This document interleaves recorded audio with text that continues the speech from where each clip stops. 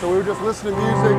As the set broke, somebody opened the door to try to leave, and immediately we just heard the crash. That wind was strong. It just snapped. There's your trunk. There was my trunk. That's a good one. They said they had been asking them to take it, and they've been asking the city to take it down for a little while. I was mad. I was livid. It's gonna cost me now. Nothing left up there. It took the whole tree. I figured one of these days it was gonna come down because it looked like it's dead, you know. Lady E. Oh man. Oh my God. Crazy, huh? Oh man. I made one payment. Oh my God, man. Just pretty much. You know, and I started to park there because I got here before. Well, I hope nobody funds you. Don't tell me what it is you know. It's been a problem in the past. Several branches fallen. We've called the city on numerous occasions and complained. One of my vehicles was damaged probably about 4 or 5 years ago. I'm just glad we all turned and went back instead of trying to go on, you know, across to our car. What it is you know. Crazy. I mean, a car can be replaced, but a life can't, so. Henrico County Police are investigating the situation in the neighborhood. In eastern Henrico, Just got an email that they're all locked down. where kids ride their bikes home from school, Oh, man. a massive police presence on Huntsman Road. This is crazy. Undercover detectives from Henrico and State Police swarmed this home Wednesday afternoon. It's very scary, especially when there's a lot of kids around here. Neighbors Ray and April Belo live across the street. They came in, pulled in the yard, knocked on the door, search warrant, and I guess the door was open, unlocked it, it's unlocked, and kicked it in and went in the house. Henrico police say while conducting an ongoing drug investigation, members of Henrico's organized crime unit obtained evidence to search this home. And another one a few blocks away on Danville Street. When they executed search warrants there, they found precursors for methamphetamine manufacturing. Lieutenant Chris Ely described it as small meth labs with highly dangerous materials. They have to have specialized units come in with specialized equipment to dispose of it. Lord have mercy. They really got to pull the water hoses out? I guess. Which put Seven Pines Elementary on lockdown for a short time. I want to assure you that our school day is continuing normally. This neighbor could smell something from her backyard. It smells like plastic burning or wood burning in the house. But for the Belos, It's been going on since like 10:30 this morning. they say seeing this may prompt them to move. I'd rather deal with wild animals than dangerous neighbors. Meant a lot. My dad and I worked on it. Memories up in smoke and flames. No, he passed last year. Mark Omrine watches his home away from home burn. It was a 1947 Matthews. At the Richmond Yacht Basin Friday morning. It definitely started down there because the roof just fell in. Omrine's antique boat is one of at least 15 that smoldered in the Chili James River in Henrico County.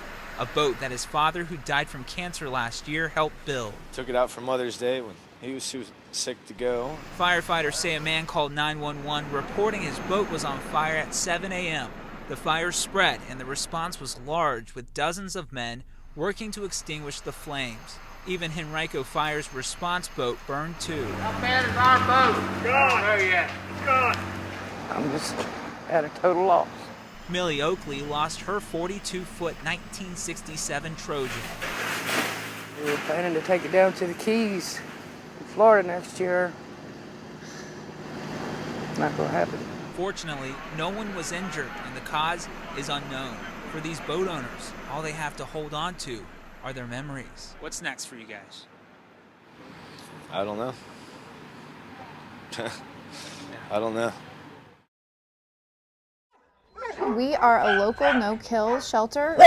We rescue all of our animals from our animal control partners.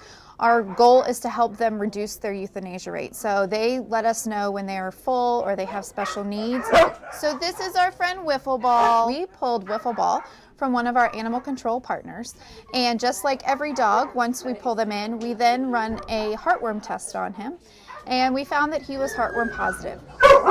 Wiffle Ball's case was really severe and progressed, and his heart was pretty damaged, so we were actually concerned that he wasn't going to survive the heartworm treatment. But he did, right, Wiffle? But still wasn't feeling really well, and we realized he then had pneumonia. So we treated him for pneumonia, and he came through that. He still wasn't feeling his best, and we have found that he has lymphoma. So we now know that he has had a very bad 2016. We want to provide the best last days, months, however long he has for him. I love him having his pup cup. So today we decided to give him a day out. He may have left his mark in the store. So he has a family that's coming to meet him on Sunday. And hopefully if all goes well and he does a good meet and greet with her dog, then he'll be going home.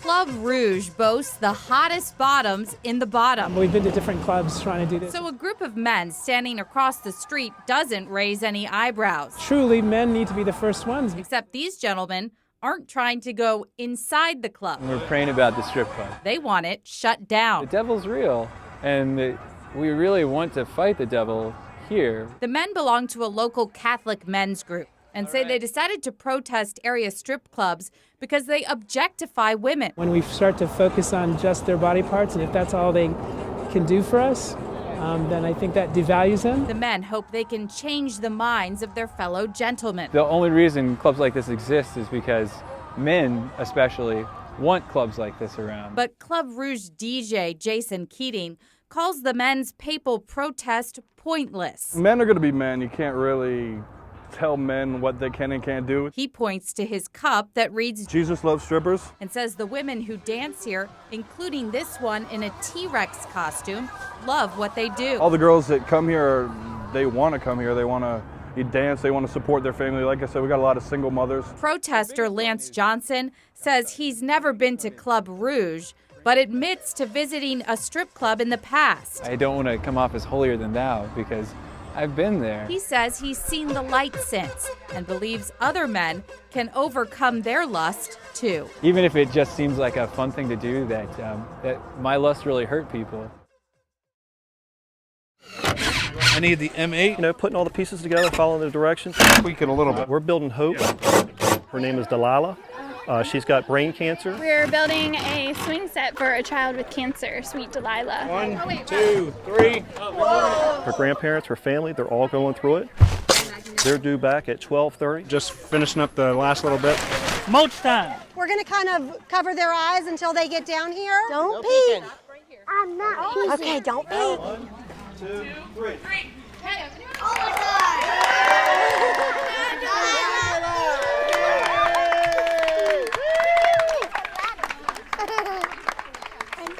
You're famous! You're famous, Delilah! You want to go play?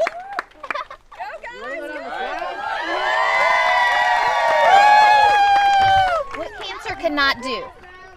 It cannot eat away peace, corrode faith, kill friendship, destroy confidence. No.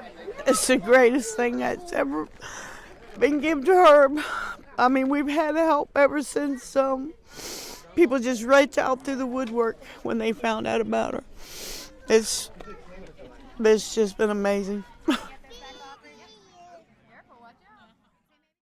But they shattered every piece of glass. This, all of the headlights, is they obviously pushed this in. A complete disaster. Just totally devastated here. It's all that's left of Leonard Martin's SUV. Why would they even do this? It was a lifeline for the disabled veteran and single father who suffers from PTSD.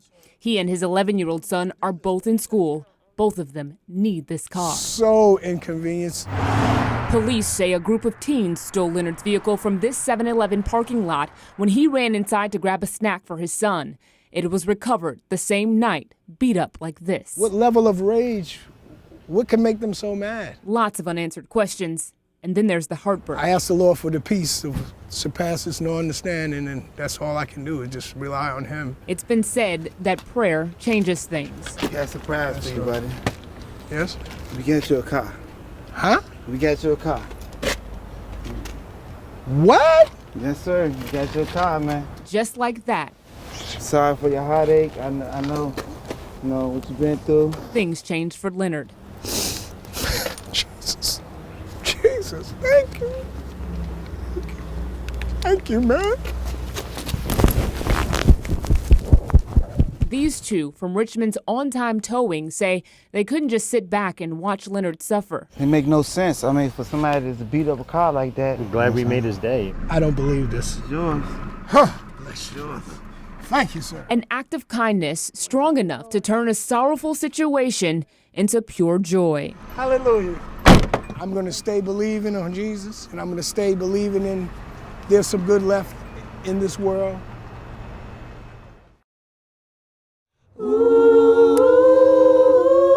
Jakai loved to laugh, he loved to joke, and he loved to have a great time. Those who come because you were a personal friend. For whatever reason you come, you're here now and we are now one group. We come to remember Jakai, to honor and to celebrate his memory, and to stand together as one community. Jakai Colson was a young man who knew his call. He knew with complete clarity the particular work that he was called to do, and that call was etched on his heart. Jakai was just an awesome person. He had a big heart, and he was always quick to lend a helping hand. If you want to follow us in the procession, we're going to lay our candles at Jakai's brick, if y'all want to join us. He made the college and our wider community better and more rich because he was a part of it. Imagine how safe our streets would be if every police officer was like Jakai Colson.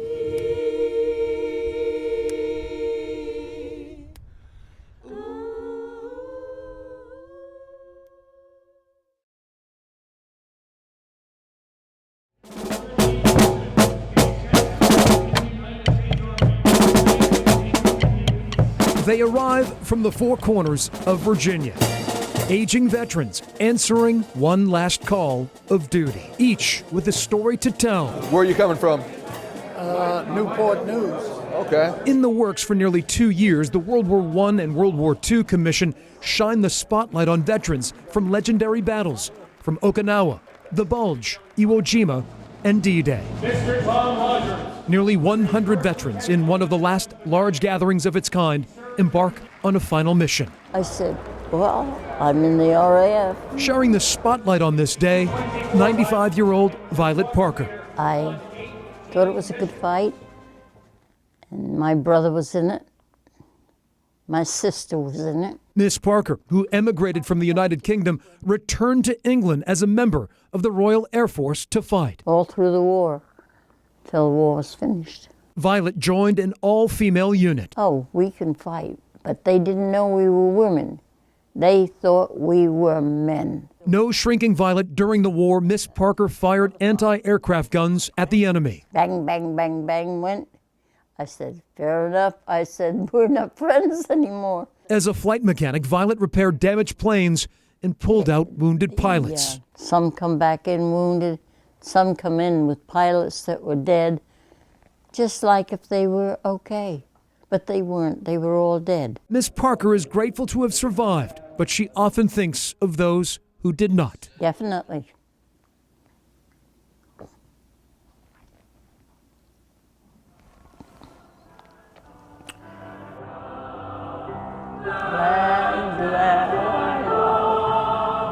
On this, the 75th anniversary of the United States entering the war, Miss Parker is honored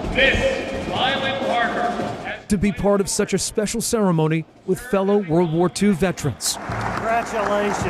Well done. Still, she doesn't think she did anything special, just her duty. We were there to fight because we believed in freedom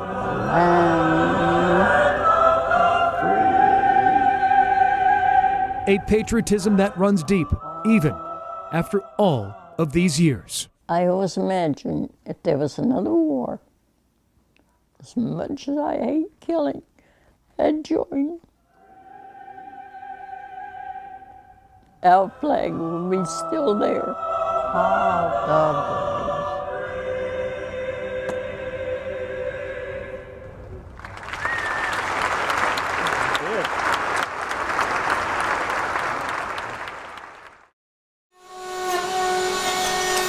we're goofing off, but man, we're making stuff that no one else can do. A part-time job. I like the goats. With full-time passion. I love it. I eat, sleep, and breathe it. I really do. A teacher. Well, let's pull it back a little. And student. That's money. Toil away. Drilling and cutting. Inside a Glen Allen barn, Van Flowers crafts works of art. It's like watching a child being born. It really is. But his creations don't hang on walls. His instruments hang from shoulders. For apprentice Steve Shred, you can't put a price on a guy like Van, you know? This truly is a hands-on lesson. I wouldn't be here wasting my time learning from him if I didn't think he was very good at it. Van Flowers owns Fat Guitars. I started this as just one little guy. The computer programmer founded the company after a friend challenged him to make a better instrument 6 years ago. Oh, Van stumbled in the beginning. It was painful, man. I mean, it was painful. Now the 53-year-old takes custom to another decibel. Are they perfect every time? No, I screw stuff up. You know, that's why we have a trash can. No rush orders here. This is a guitar. Yeah, that's a guitar as it starts. From blocks of wood to finished product, Van's guitars take about 5 to 7 weeks to finish. I believe that if you want a quality instrument, we will build that for you, but I can't guarantee when it's going to be done. Van compares each instrument. He's made about 250 to snowflakes. There's not another guitar like this on the planet. It doesn't exist. Like the guitars fashioned from decades-old ammo boxes. Now, I can't say that no one's ever done this. I've never seen any.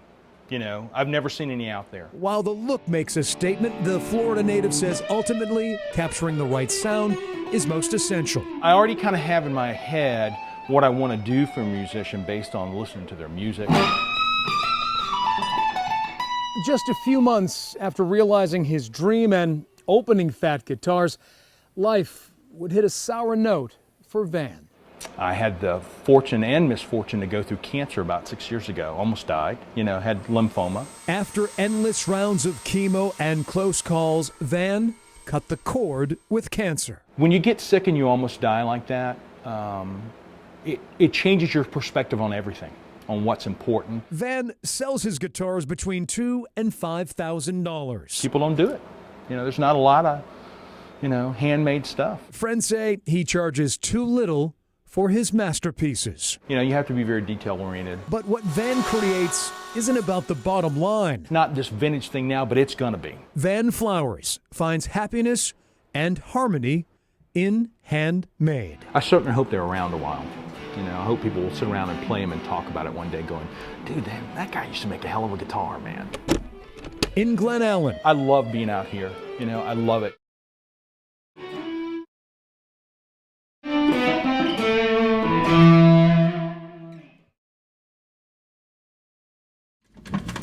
She could have quit a long time ago. You may forgive Chanel Hobbs if she felt sorry for herself. And then we would go for walks, and she started to trip and drag her foot a little bit. She spends her days idle in a wheelchair, unable to walk, talk, or breathe on her own. After a series of tests, came in and said, you know, that you have ALS, and the lifespan is anywhere from 2 to 5 years. That was 8 years ago. So don't expect an invitation to Chanel's pity party. Frowning or staying sad about my situation gets me nowhere. Why be miserable? Hour by hour, Chanel is beating the odds. I want everyone to know if I can keep fighting, no matter what you are going through, you can fight too. From day one of the devastating diagnosis of Lou Gehrig's disease, Chanel was determined to live a normal life with former high school sweetheart and now husband, Lamont. It's definitely not a burden. Every day I look at my wonderful husband and my 2 beautiful daughters and know I must fight. There's a picture of all of us together. For the couple's 2 daughters, Angel and Deja, Mom doesn't miss a beat. My dad asked us the other day, she was like, "Are y'all going to work tomorrow?" And she answered for us. She said yes, so it hasn't changed her personality in any way. Chanel practices what she preaches. I refuse to stop being the wife and mother I want to be. Behind this beautiful smile lies an iron will. Working helps give me a purpose. Good. Chanel works full-time as a deputy controller at the state corporation using a specially modified computer. I am honored to know that I inspire others. I don't take that for granted. ALS may have robbed Lady Chanel of her body. No is not an option. But she promises to never let the devastating disease touch her soaring spirit. Yes, they say I have a terminal illness. But don't we all have an appointed time? Instead of worrying about the end, I choose to live now. She is fun-loving. She has the best laugh that I've ever heard. A big day for little Allie. From push-ups to penmanship. Okay. This little girl is sharpening her skills. Meanwhile, at Randolph-Macon, just a little. the lacrosse team prepares for the start of the season, but the Yellow Jackets are 1 player short. Where are we at, Allie? My daddy. Your college. Enter Miss Allie Jones, rolling onto campus as a pint-sized secret weapon. On this day, Allie officially joins the team as the new midfielder. When she signed her celebratory signing form today, it doesn't say for the next 4 years, it says forever. That she may never play in a single game doesn't matter. Yay. Awesome. She's there at everything. She gives her all at everything. She is a support system to all of us. What's astounding is that Allie is even alive. I can't believe she's going through so much, and she's just such a happy girl. Mommy. Yeah. Born 3 months premature, Allie's stomach and colon don't work, and she lives with cerebral palsy. She has a IV in her chest. It's hooked up 24 hours a day, 7 days a week. You can do it. You got it, Allie. But Amanda Jones says her daughter's resolve is limitless. She looks so forward to coming and seeing my team. It's that fighting spirit the Yellow Jackets hope to harness on the field. Allie Jones joined our team. We're so excited about that. Throw it in there. Good job. Gaining a big advantage from a brave little girl who has already made this season a success from the sidelines. I will never be able to thank the team and the coaches for what they've done for Allie.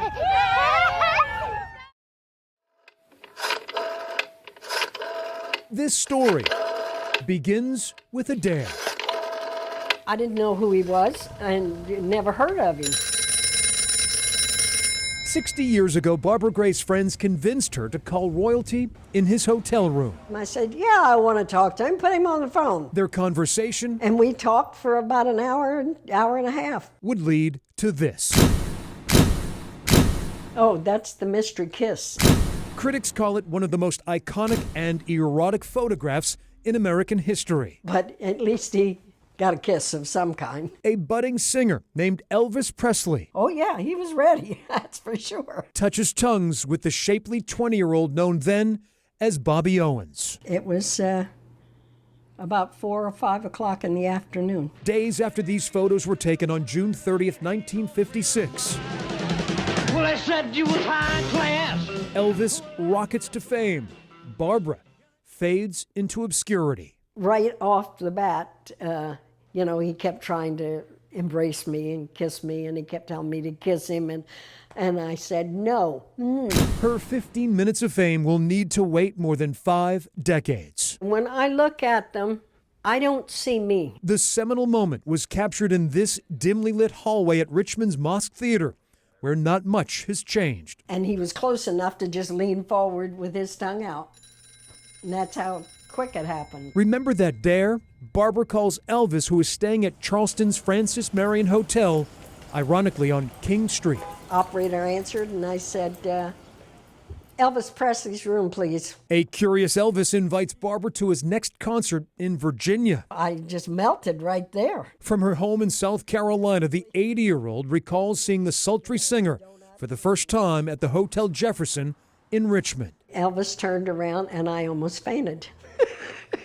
He was absolutely gorgeous. Barbara and Elvis flirt over lunch hours before his concert. He just reached out and hugged me. And I didn't know what to say. At the Mosque Theater, He took me out in the hallway. Barbara says the king moves into canoodle. I said, no, I'm not.